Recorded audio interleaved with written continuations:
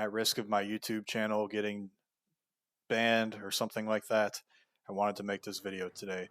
Hello and welcome back to Jimmy Talks. Today we're diving into a topic that's as uncomfortable as it is crucial: controlled opposition. You know the names: Alex Jones, Joe Rogan, Russell Brand. They're the loud, charismatic voices shouting about truth, making you feel like you're breaking free from the system, like you're part of a rebellion. But are you? Or are they just gatekeepers letting you rebel as long as you stay confined within their carefully drawn lines? In this video, we're peeling back the layers to expose how controlled opposition works, why these figures avoid the deepest truths about who prints the money, who runs the banks, who writes the wars, and who rigs the game, and why they focus instead on social issues like transgenderism, food, or AI while steering clear of stuff like the Vatican, cabals, or bloodline networks. If you think you're unplugged, this might make you question everything. Let's get into it. What is controlled opposition? Controlled opposition is a strategy as old as power itself. It's when someone poses as an enemy of the system but is actually working to protect it. They're the pressure valve, letting you vent your anger, letting you feel like you're fighting the man, but never letting you touch the real levers of control. Imagine a wrestling match where the opponent is paid to lose. You're throwing punches, you're winning, but the outcome was scripted from the start. Alex Jones, Joe Rogan, and Russell Brand are masters of this game. They've built massive platforms by appearing to challenge the status quo, but the rebellion has limits. They give you just enough truth to hook you, just enough outrage to keep you engaged, but they stop short of exposing the core of global power. Why? Because their job isn't to free you, it's to keep you contained. And by the way, this isn't me just attacking these three people the whole video. The point here, without naming every single person I think is controlled opposition, I'm just using these people specifically because they have very large platforms. So with that being said, let's get into it. Let's break down how controlled opposition works. These figures follow a predictable playbook, and once you see it, you can't unsee it. Number one, they'll hook you with half-truths. The first step is building trust.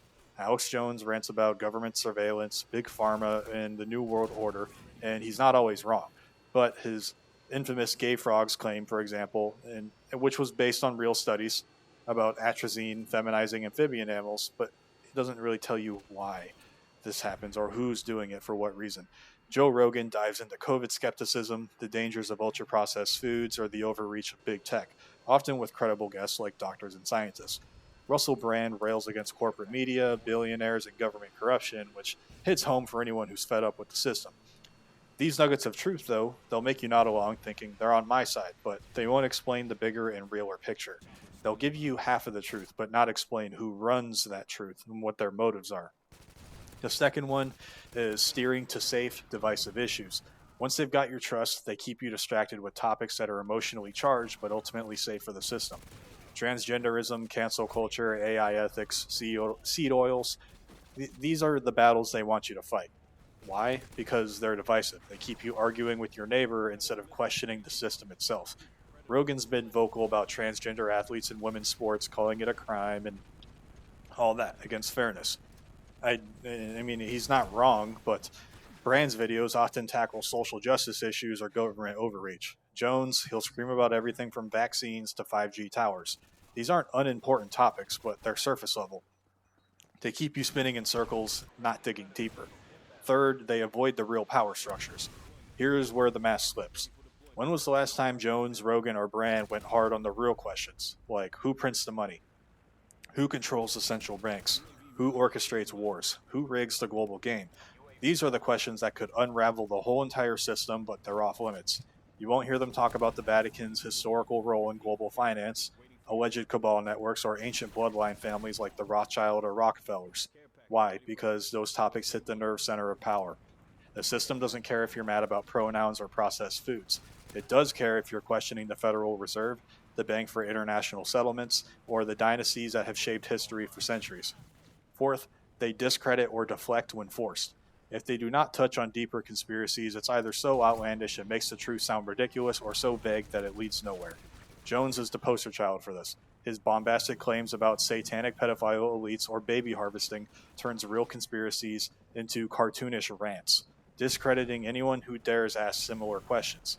Rogan plays it safer, sticking to "I'm just a curious guy," while rarely connecting dots to the highest level of power. Brand's spiritual, flowery monologues sound profound but often lack specifics, leaving you inspired but directionless. This keeps you engaged without ever becoming a threat. So, the evidence. Let's look at the evidence and track records of these three figures to see how they fit the controlled opposition mold. First, Alex Jones. Jones has been a lightning rod for over 20 years, building a media empire through InfoWars. He's gotten some things right, like his early warnings about mass surveillance, for instance, were vindicated by Edward Snowden's leaks in 2013. But his style is so unhinged that it alienates as many as it attracts. He's been sued into bankruptcy over Sandy Hook lies, banned from YouTube, Twitter, and Spotify in 2018, yet he's still broadcasting, he's still selling supplements, and he's still a cultural force. Why? Because he's useful to the system. His rants about globalists or communists, they never name the real players, like central bankers, specific governments, secret organizations, dynastic families, or institutions. Instead, he fixates on boogeymen like China, the UN, or woke liberals, keeping the heat off the true architects. When he does go deep, like claiming elites are eating babies, it's so extreme that it makes the broader truth sound like a joke. Next, Joe Rogan on his podcast. Joe Rogan's podcast, The Joe Rogan Experience, is a juggernaut. It averages 11 million listeners per episode, and it's backed by a $250 million Spotify deal.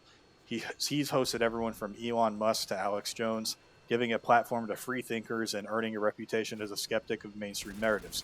But notice what he doesn't do. He rarely challenges the deepest power structures. He'll grill guests on COVID policies, transgender issues, or cancel culture, but he won't touch the money printers or the war orchestrators. His 2020 episode with Jones was revealing. Rogan fact-checked Jones's wilder claims, but still called him entertaining and dangerous to censor, normalizing him without digging into the real conspiracies that Jones skirts around. Rogan's a gatekeeper who keeps the conversation broad, relatable, and safe. And last, Russell Brand. Brand's transformation from comedian to truth seeker has been explosive, with over 6 million YouTube subscribers and millions more on Instagram and X. His videos on Ukraine, vaccines, or media corruption sound rebellious, and his articulate spiritual vibe makes him feel like a guide out of the Matrix. But he stops short of naming the root players.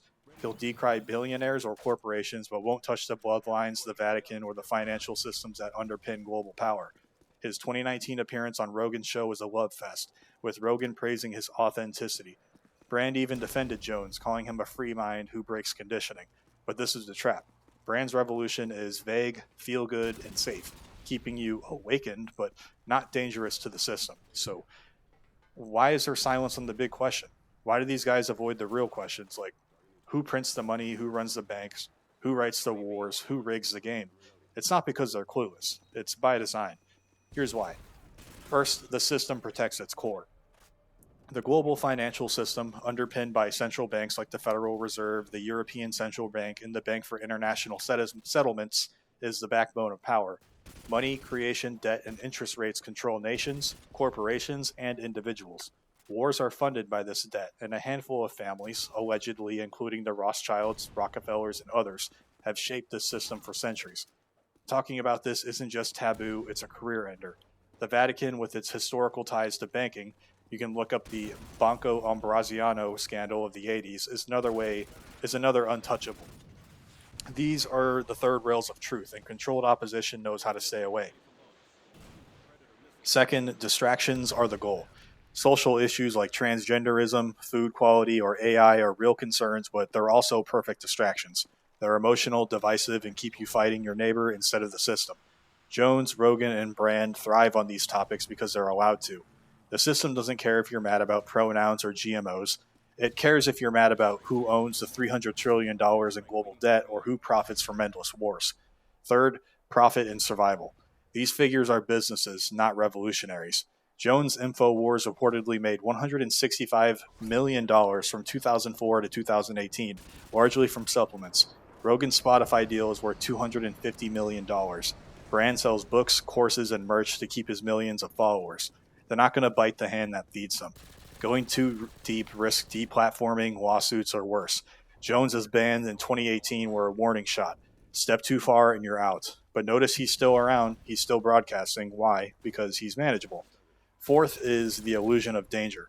Controlled opposition thrives on looking dangerous without being dangerous. Jones's bans made him a martyr, boosting his credibility among fans. Rogan's censorship battles with Spotify over COVID episodes were hyped up, but they never cost him his deal. Brand's YouTube demonetization in 2023 over misconduct allegations was reversed, and he's still posting. The system lets them play the victim, which keeps their audiences loyal and distracted. The real truth speakers get erased. If you think you're unplugging because you listen to Jones, Rogan, or Brand, please think again. The real truth speakers are the ones who name names, expose the money printers, the war riggers, the bloodline networks. They don't get multi-million-dollar deals or viral YouTube channels. They just get erased. Let's start with historical examples. Let's take Bill Cooper, author of the book Behold a Pale Horse from 1991, who was a former United States Naval Intelligence Briefing Team member. He called out the globalist agenda, named specific families and institutions, and predicted events like 9/11. He was killed in the 2001 shootout with police under murky circumstances. Or Gary Webb, the journalist who exposed CIA ties to drug trafficking in the 1980s, commonly known as the Iran-Contra affair. He was found dead in 2004 of suicide with 2 gunshots to the head. These weren't loudmouths, they were precise, and they paid the ultimate price. Let's move on to the modern day. Today, smaller voices on platforms like X, Rumble, or Telegram who dig into central banking, Vatican influence, or dynastic powers often vanish. Their accounts get suspended, their videos demonetized, and their lives disrupted.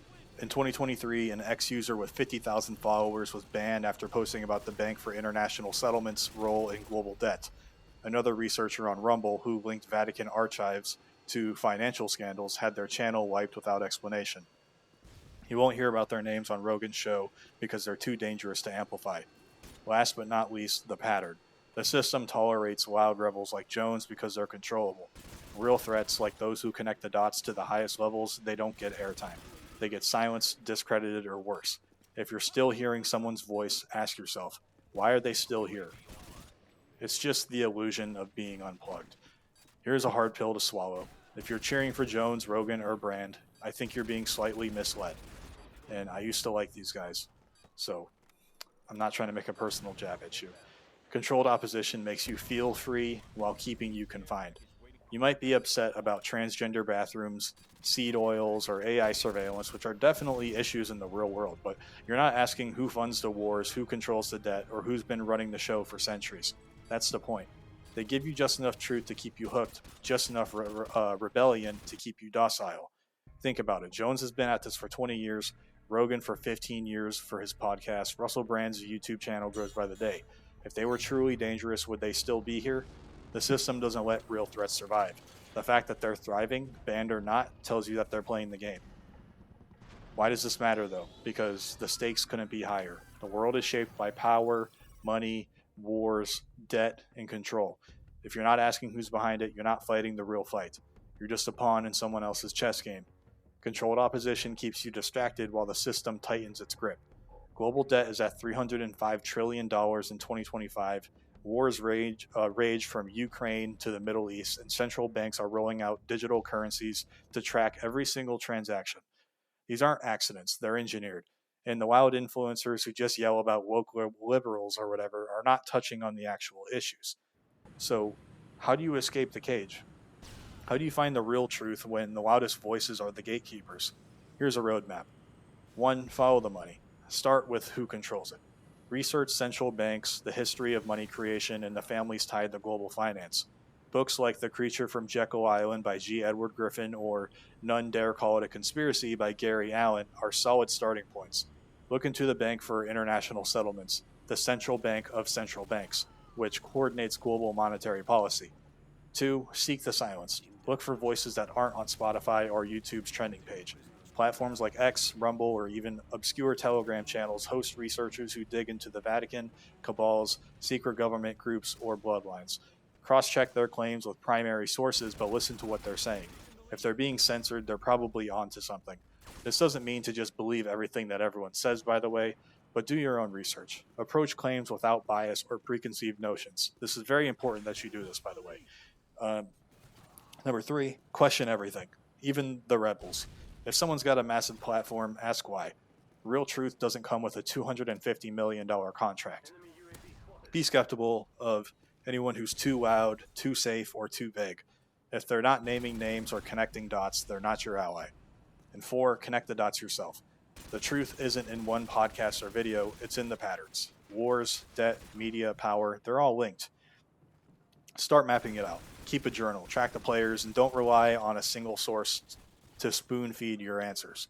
Again, it is imperative that you approach situations without preconceived notions or personal biases while you do your own research. I will be one to say that I'm definitely right wing, but I do not believe or even like everything that conservatives have to say, especially conservative influencers. There's also some truth in what leftists and liberals have to say. Not everything, of course, but not everything the right has to say is correct either. And 5, lastly, educate yourself. Share what you learn, but be strategic. The system thrives on division, so focus on uniting people around the big questions. Plant seeds, don't preach. People have much more in common than you may think. So, what's the bigger picture here? Controlled opposition isn't just about Jones, Rogan, or Brand. It's about a system that's mastered the art of deception. For centuries, power has used gatekeepers to control narratives, from court jesters in the Middle Ages to modern influencers today.